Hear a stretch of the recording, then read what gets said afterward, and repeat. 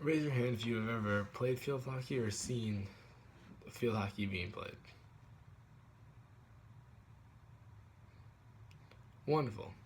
Now, for those that have not seen or played field hockey before, I would like you to go ahead and close your eyes, and we're going to go through and have you try and visualize the position that a field hockey player experiences. So, go ahead and visualize yourself holding about a 36-inch stick in one hand. Once you've gotten there, you would then like you to move into a semi-squat and bend your back over to where the stick is touching the ground.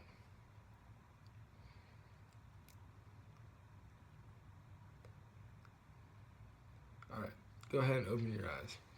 As you can see or visualize, it is not the most comfortable position for a player to be in for 70 minutes.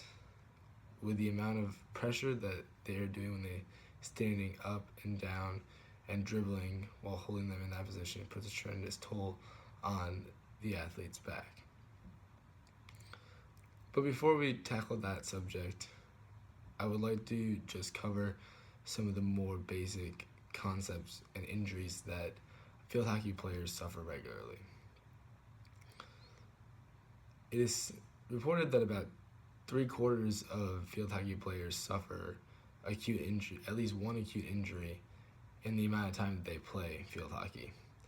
Those injuries can be anything from sprains, strains, contusions, fractures, wounds, concussions, and even dislocations.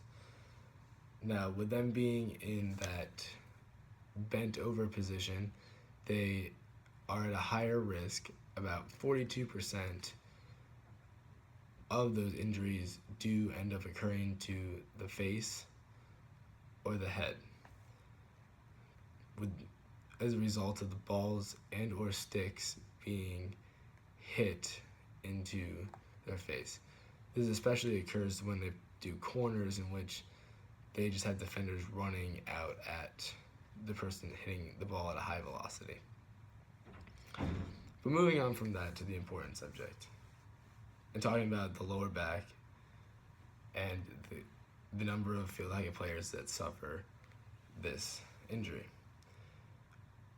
It is said that about 59% of field hockey players have suffered or are still suffering from lower back pain at some time in their career. When looking at that, it is easy to understand that they would have lower back pain due to the bent over position and the dribbling. It is reported that the dribbling that they do in the lower back pain actually increases their VO2 max by almost 15%, showing that there is a tremendous stress put on their body while running in that fashion. When they aren't running and dribbling down the field in that fashion, they're standing back up straight. So throughout the 70 minutes, they're perpetually going from the standing position to the bent position and then sprinting,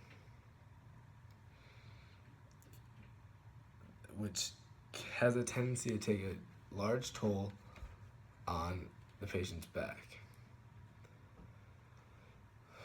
There's been other studies out there looking at the intervertebral disc angles that field hockey players are suffering from. They've shown that there is significantly higher lumbar index at L2 when compared to baseball players and cricket players. They also looked at the larger anterior wedge and the bioconcave deformities of L1 and L2, which shows that there is continuous stress being put on these occasions. The greatest thing that they discovered was that at L4 and L5, field hockey players have an increased compression deformity on their lower back, mainly due from the result of the coming up and down forces that they constantly suffer from. In conclusion, when looking at field hockey players, the position that they follow into during practice and during games puts them at a higher risk for lower back pain due to the amount of pressure that is being compressed while dribbling and running for 70 straight minutes. Now, they're not just doing this during the games either. They do this all practice, which is usually 4 or 5 times a week. As you can see, there is a tremendous pressure put on the backs of field hockey players.